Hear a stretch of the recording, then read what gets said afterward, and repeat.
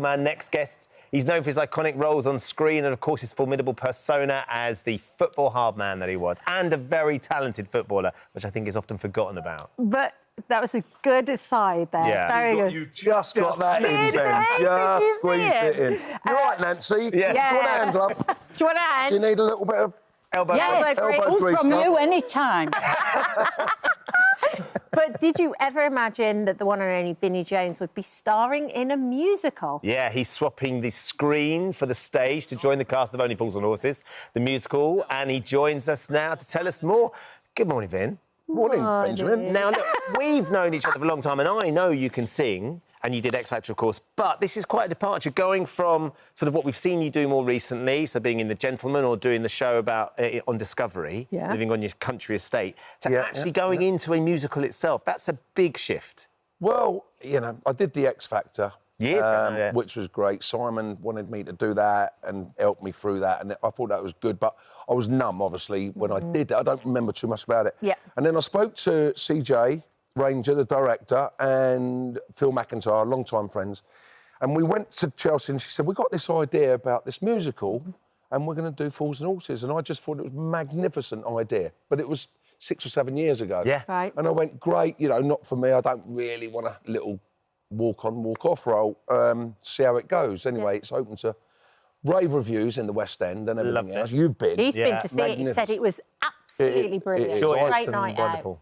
We went to see it, and it's an emotional, funny ride. You know, it's not just slapstick and laughing all the time. It's quite emotional when Rodders is leaving, Del Boys are like, what am I going to do? And then that emotional side of it, I thought was great, because we can all relate to that and the comedy. Yeah. So they rang me a little while ago and they said, you know, we're starting again. They started at Bromley on Monday. Yeah.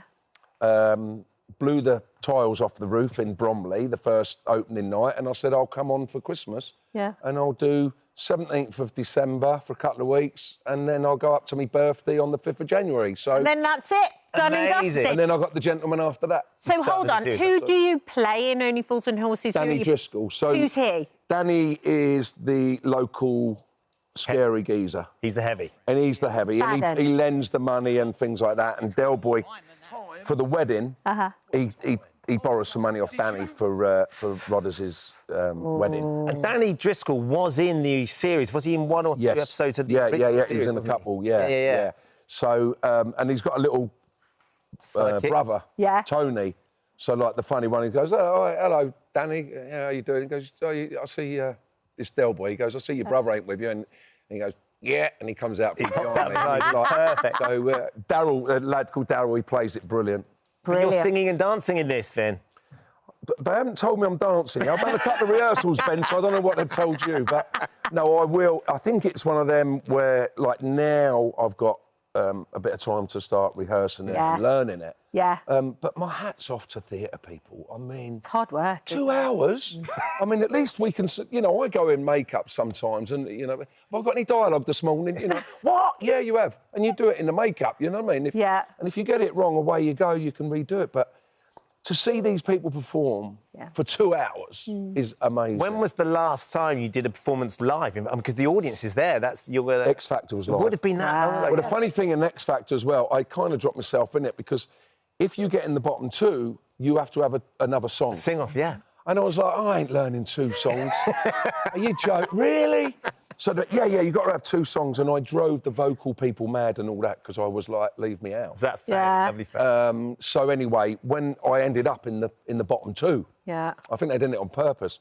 So they said, what are you going to do? And I said, well, I know a nice little Irish ballad, and I'll do it with no music. And they said, how does it go? And I went, just give me a chair on the stage. So I got on there, and they just literally spotlight chair, and I sang a little Irish ballad off the cuff like that. Boom. Just winged it. Boom. I winged it, and then I said to Simon, I didn't mind winging it, because I went, the lad from Glee, there was a lad from Glee doing it. Yeah. And he was fantastic. Amazing and obviously voice. he wanted to be a singer. And I said, OK, very good. He's come. I said, Michael, thanks very much. I walked on with Dermot, and I went, I'm done. See you later. I'm going home. And Simon went, no, you ain't. And I said, no, he wants to be a singer. I don't. I'm going back to LA to play golf. See you later. And Simon went, no, he's out. Wow. I love how Simon tried to argue with him as well. Don't argue with him. But mine was more of an act than the singing. Do you know? I was jumping off telephone boxes. Telephone boxes are higher than you think, do you know? Yeah. Got to be careful of the knees. These days. The knees. What about The Gentleman? Because we loved it. That first series. Yeah.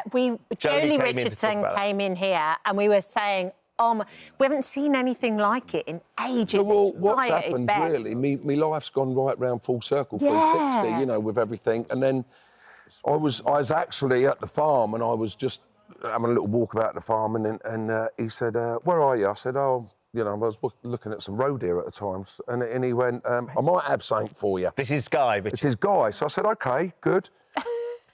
Weeks go by, which they do with Guy, you know.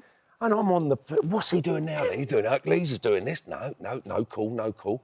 Next minute we get a call. We're doing the Netflix of The Gentleman. The film. So good. And we want you to be the gamekeeper. So, which is great, because I had a go at that as a kid. The old man had a go at it as well, you know. So it's come 360 because, you know, I live the other side of the M25 in a little village called Bedman near Abbots Langley. So we were the countryside side of the M25, do you know what I mean? So we were all out birds nesting and ferreting and fishing on the canals and, you know, so that's how we kind of grew up. So, and then the country show came from that. Yeah. Which I have devoured. You've got a new series of that, Vinnie Jones in the Countryside, I think the 18th on Discovery Plus. That's your farm. It's your farm that you're sort of rebuilding, you're regenerating. Yeah, and your dysfunctional family, Vin. It is. But what it is, like, you know, I mean, since the things that have happened to me, you know, personally, you know, mental health knocks on your door, you know.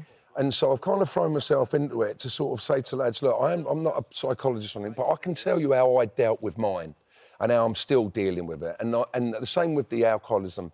You know, I'm 12 years now, and how do you keep going? How do you, you know, go through that tragedy and still stay sober? And I just tell lads that, how I keep going, you know, I keep swinging. Yeah. You know, I say to the boys, keep swinging, keep yourself busy.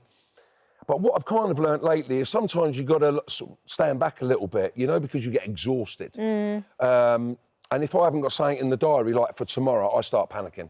I'm like, what we're doing tomorrow? You know, stay so busy. in the show, we've got Wobbly and Emma, Blondie, she's here today. So with you here? She's here, yeah. She's probably going through the bins at the moment, recycling somewhere. Hello, there she's over there. There she is, Blondie. There she is. To be fair, the grief you give, Emma, on that show, I'm amazed she puts up with it. How do you put up with it? You don't have to, you know. I'm amazed. All of them, they all put up with you. It's amazing. She's very small, but she packs a big punch. She does. She's a pocket rocket. She needs to. Well, her and Wobbly in the second season are ganging up on me a little bit, you know, so... Excellent.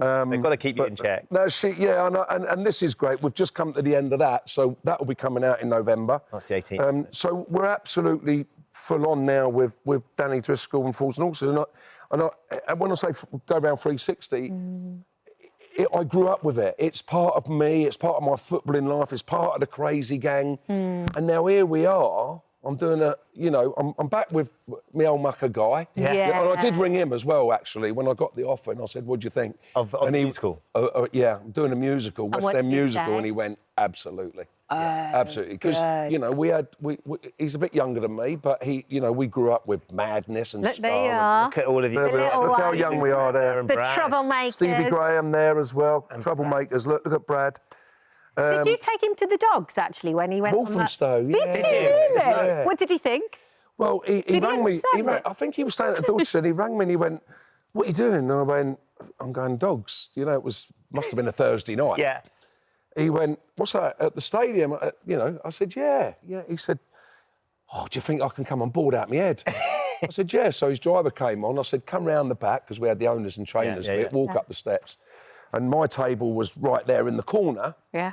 And, you know, I used to go Tuesdays, Thursdays, Saturdays. Yeah. Regular. Harry Redknapp would be there, Joe Kinnear, all the boys, you know what I mean? Have a meal and all that. Everyone used to go dog Saturday night. So anyway, on the Thursday, he came, and I'd said to May, little Irish waitress, I said to her, you don't tell anyone. You promise. And she goes, all right, Vinnie, no, I won't.